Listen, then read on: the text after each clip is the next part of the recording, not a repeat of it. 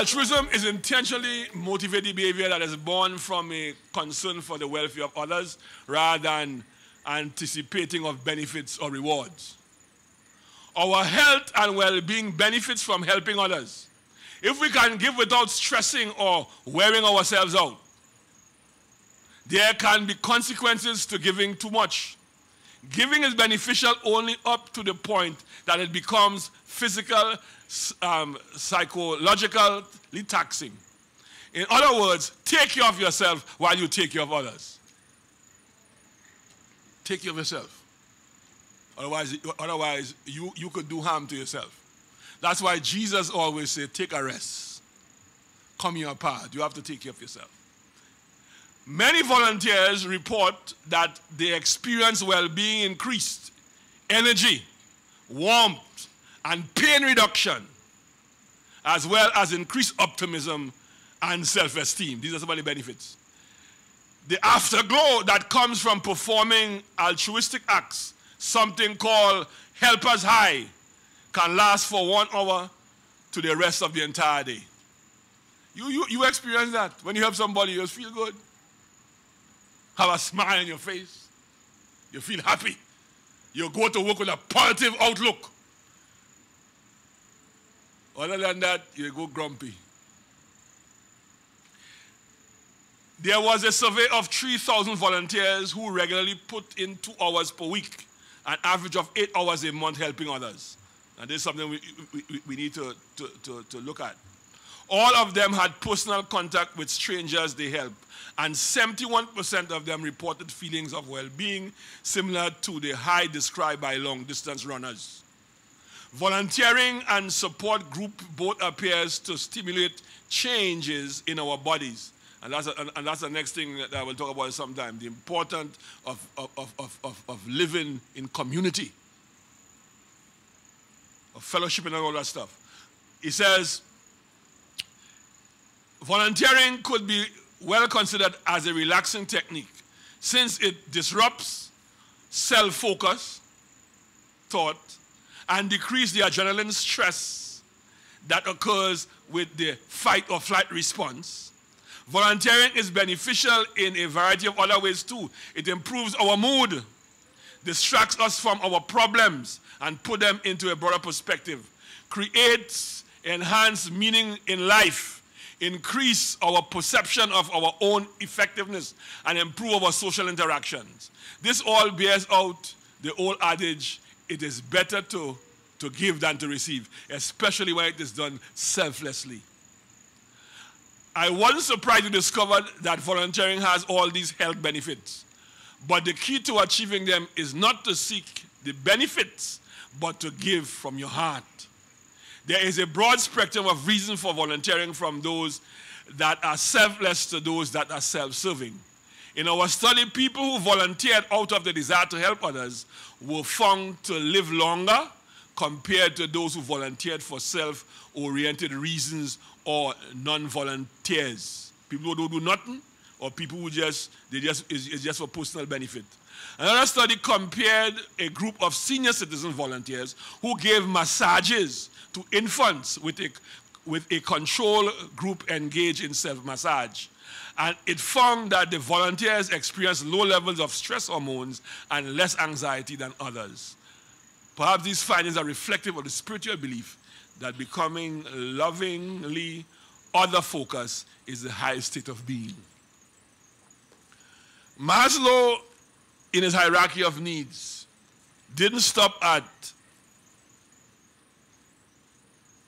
the he didn't talk about what the last one has to do with finding, your highest and living up to your highest potential. But the highest need, he said, of man is self-transcendency. Not self-realization. It is self-transcendency. Where you now look at life, and I want to say senior people, young people, all of us. When you reach a certain age in life, that's why you find a lot of people who do social work are senior people. They give their money, they give their time to help people because it makes them feel good, make them live longer too. And we have been so made by Almighty God that when you reach a certain age in your life, if you don't find something to do productive. Now I love all, I know the seniors, they go on cruises and stuff. That is good, but that doesn't bring you fulfillment. The highest level of fulfillment is what is called, in other words, to give back to society, to give back to people, to be of use in the world. That is the highest level of help. Young people also need to help other young people. Do a project. Young people love challenges. You got them my whole day and come to church and, after a while they get bored. But they must do something. That's where they are in their life. They have to be doing something. Doing this. Doing a project. Doing something that will contribute to society. And that is what we are called to do by Almighty God. That's what all of us are called to do, the church. From pulpit to pew. But we have a kind of a view of life and Christianity that has been skewed.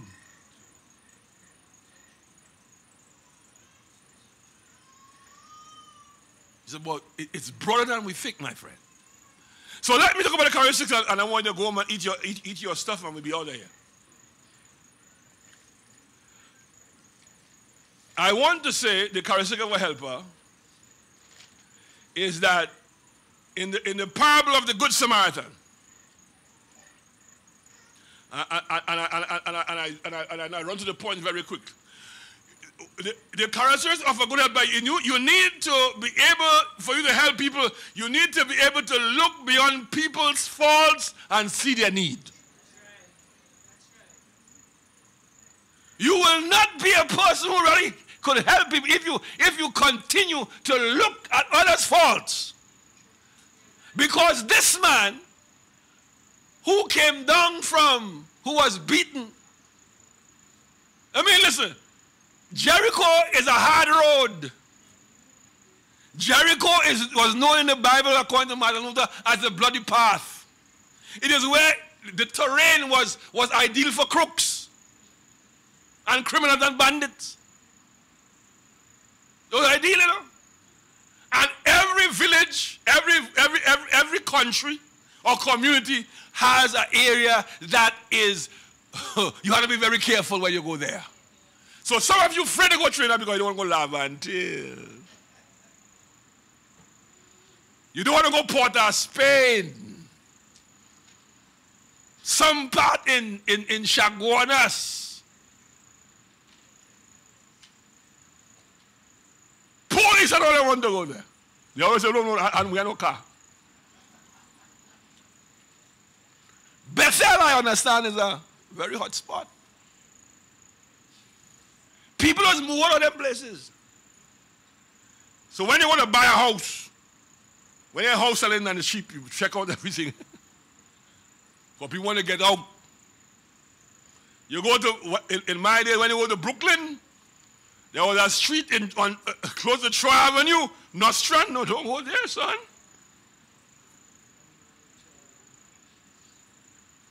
Some people, is it wait in the Bronx?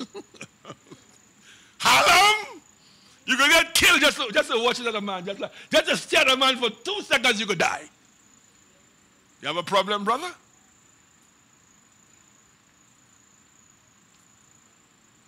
So this man knew, but he put himself in harm's way. He was traveling alone. And yet, the Good Samaritan helped him. He could have said, look at this stupid man here, he shouldn't be coming along there alone. Flashing all his gold chain, Well, a guy in Tobago got killed for that in Trinidad. Sad story. Going somewhere in Port of Spain, lost his life. Any person you see flashing gold in some area, either you are one of them, either you're a drug lord, you're a bad man too. You're packing something too. You're strapped. Listen, any person you can see walking in the street,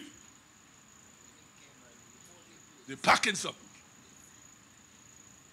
Well, of course, we don't want to stereotype people, but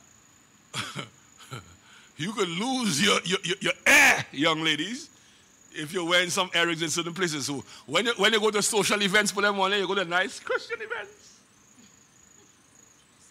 All them rings on your hand, you could lose it. I saw a scene one day, my father in Brooklyn.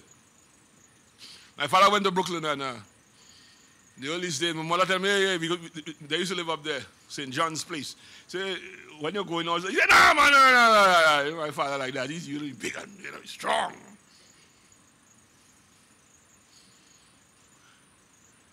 Sitting there, he retired, he got that gold watch from Texaco, sitting on Eastern Parkway, because we weren't living too far. Gone.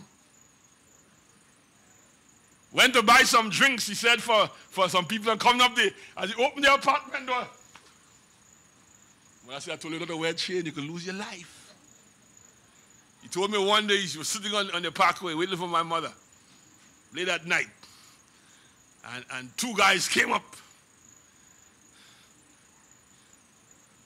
He said all he did was to get up and he dipped his hand along there. Well, I tell you, I said, God bless you because you had nothing. We got to take you out. So there are some people who already put themselves in harm's way. There are some people who you need to help is because they put themselves there. I didn't tell you go and have 20 children and you're still not, you're still unwise, you're still going with Jack. And then you're coming to tell me, give you a piece of, give you $10. Why should I give you? You put yourself there. But you see, the helper doesn't care about that. You look beyond the person's faults and you see their need. You're not concerned why they get there, how they get there, but you are concerned with bringing relief and release the individual. And after, like Jesus, you could say, well, you don't go and sin no more. So if you want to be a helper, you can't be this critical person. Look at them. You can help nobody. As a matter of fact, we have no use to the world. If you are a person who is snobbish, if you are a person who is just looking on people, if because you say, well, the children supposed to mind them. Yeah, I remember they're getting pension from the government. Pension could do, how much thing pension could do? You and you go in the grocery? And then pay light bill, phone bill. Well, something you could do without, cable and things. You're among to have cable. But if it make you happy, go ahead. But I'm saying, I remember when we were in Santa Cruz, the missionary department took on the duty. There was a sister. She had children, some in the States studying. She had a son, but she was partially impaired. The church took on the opportunity, the responsibility to get somebody to cook food for her every week. Somebody once a week to clean the house twice a week. No charge to her. And she had children.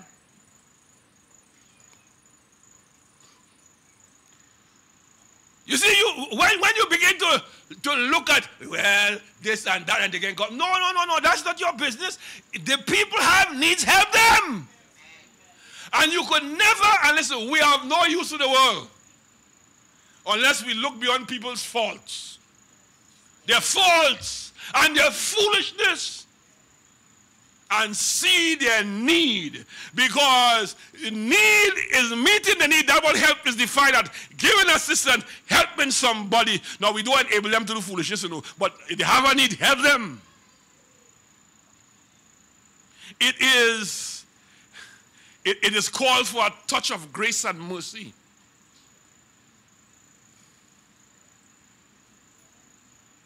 It is about a touch of grace and mercy. It's not about deservedness, Because some people help some people, them deserve that. This one deserve that. This one don't deserve that. Use God. Them deserve and this one they deserve. I don't matter if they come to church or not. This is the foolishness about church people. It has nothing to do. God never tell you, help church people only. Of course, your first responsibility is to the household of faith. And also to help other people. And we have a thing, we tell our condition. You must come to church. That is, come to church. No, it has nothing to do with that. But meeting people at the point of your need. Jesus healed people. He never said, well, you have to come and follow me now. He just healed many people. Jesus, he never follow him. You know that? He said, go to your family. Go to this one. Because he knew that they will never forget the experience they have with God. To help people, secondly, we need to take risk. It involves risk. This man, understand this, this man took a risk. Now, in my sanctified imagination, it appeared like he was a man who was doing commerce. He was a businessman. And in my sanctified imagination, I feel that he had a caravan. He had some fellas with him. That is my sanctified imagination. It doesn't have to be. It is not in the text, so I'm doing an eisegesis. You don't have to take it. You can say, cut it, talking foolish, but it's all right. So the thing is that this is what my belief is. He was a rich and wealthy guy. Maybe. He was just an ordinary man. Choose one, doesn't matter. But the thing is, the fact that he do all that stuff says something. But what I want to say, he took a risk. Because he could have said, what, boy? That's just set up there. And I ain't sure that. Because, people know they're setting you up. Women come with children. Give me a drop. And you stop. Come out of the car. If you survive. So he could have, because he knew the area, that man knew the area. He knew that these were places of smart men and crooks and bandits. So he decided, listen, this man, stop. This is where you drive fast on the beat-em at 1 o'clock at night. On the beat-em. At any time, well, even in the daylight. You had to start the drive, Aaron, 100 miles over, let it lock you up. It's all right. Pay $1,000. You get a flat, keep on driving. As soon as you say, rim it. There are some places like that. So, now, we see all of that, but let me say, good things come out of beat 'em, I mean, you just have some elements there, some areas in life, in the world, just like that. So the thing is that, you're not going to say, well, this man playing dead. Because you get a man growing, oh, God, help somebody. Now, you have to put yourself in that man's place. Put yourself in the victim's place. On the ground, they're lying. Oh, God. You half naked, they're stripping him. Listen. Somebody was telling me about a guy who got, it's not a matter, they didn't take this, they take the man, the mommy leave him. I don't know, mommy, they only leave him in the underwear, because they didn't want that. But they took everything. Strip him. Those are bandits, not thieves. And a thief is a different fella. We have a few thieves these days. Long ago, you had a thief in the village. He jump over your fence, he thief a fall cock, and you say, hey, you run. But if a man jump over and say, hey, stop, but you would have run. I know that thief, that's a bandit. He come to kill you. Satan is not a thief, he's a bandit. He comes to steal, to kill, and destroy. And so, you have this situation where this man, you know, all these thoughts will pass through his mind. Definitely. Don't think everything has happened just like that. He's a human being. All his thoughts going through his mind. But he decided to take the risk. He placed himself in harm's way. And if you want to help, you want to take risks, you want to risk your own reputation. You want to risk people saying, boy, you helping them people down, why are you doing down in a hole? Why are you doing that got character? You know she's a this. Why are you doing that? Why are you doing that element? You know he's a that. You want to take risk. Risk being appearing like a fool. Because sometimes people want to take you for a ride. Of course, wisdom and everything, but risk being a fool. Risk being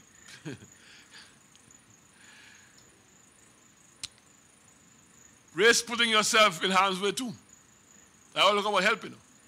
If you see somebody beating somebody up in the Lord have mercy. Help all of us. If you see somebody beating a man in tongue, what? You going?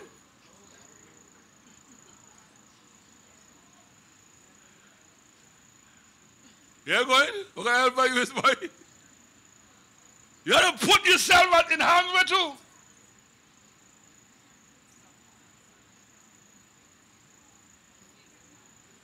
You have to learn to risk being ridiculed.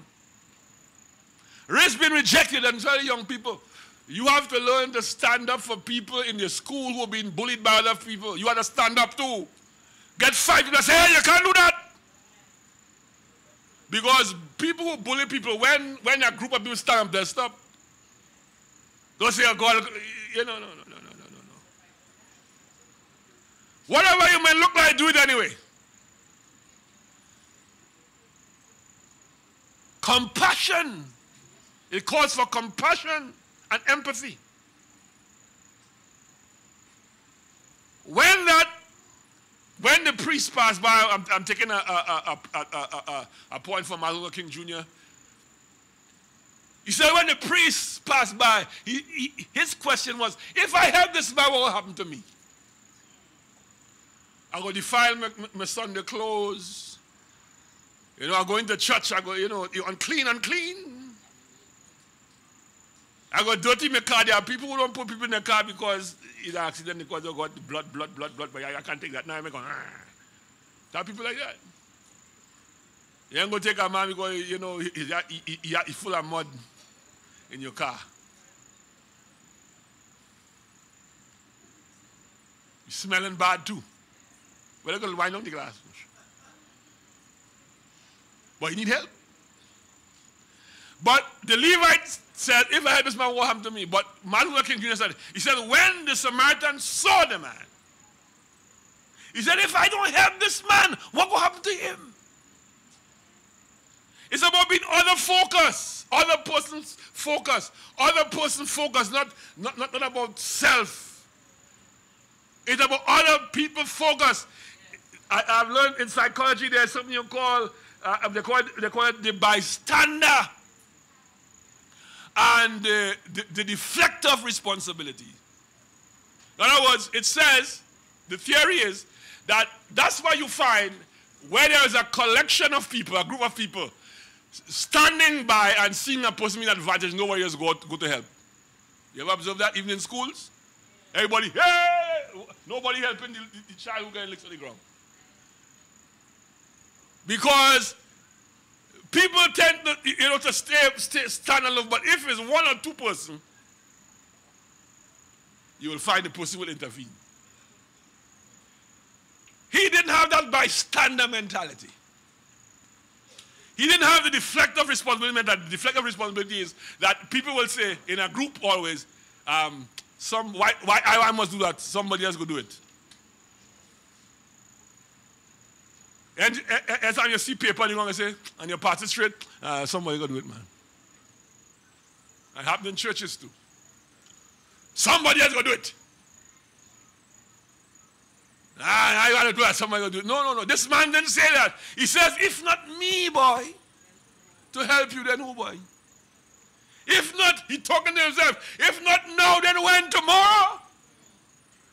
So he took the risk because you will have to live. The dilemma is, if you don't help people, I don't try and take a risk, you will live for the rest of your life on your conscience that, you know, oh, if I had helped that man, he might not have died.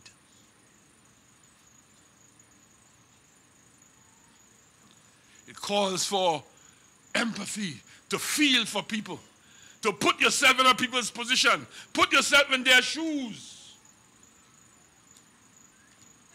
It calls for sacrifice. You can't help nobody unless you're willing to sacrifice. You cannot help nobody helping you sacrifice something. The man discomforted himself. You know what the man, he took risks and all kinds of stuff, but he discomforted himself. The Bible says he came down from his horse, or his donkey, his beast.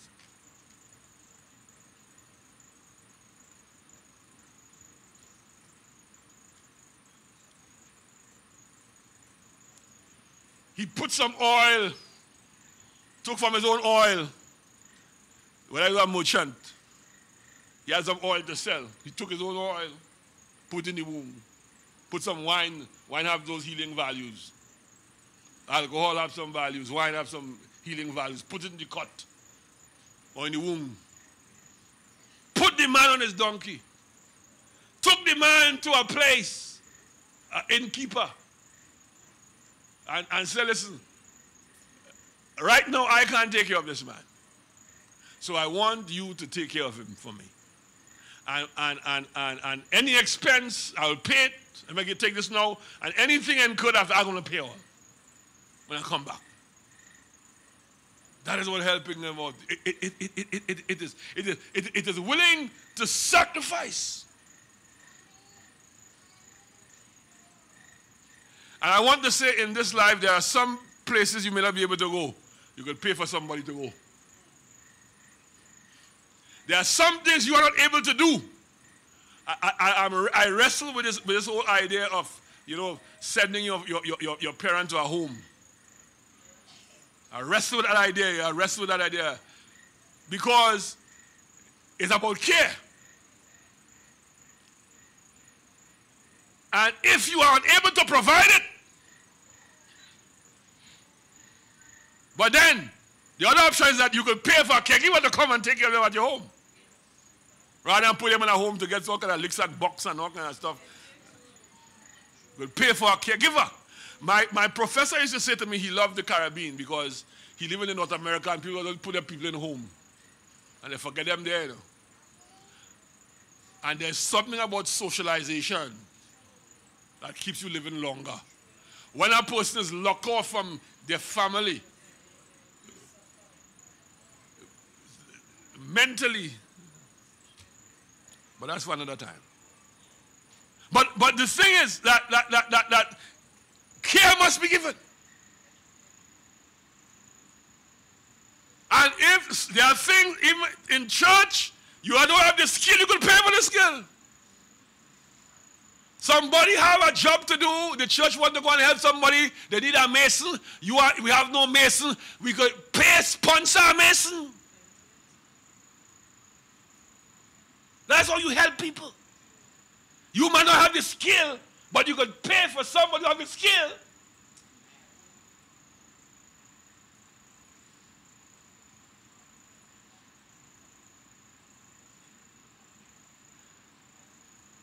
We also must see men as Christ. This is not in the text. But we need to see people as Christ in the distressing disguises. Yeah.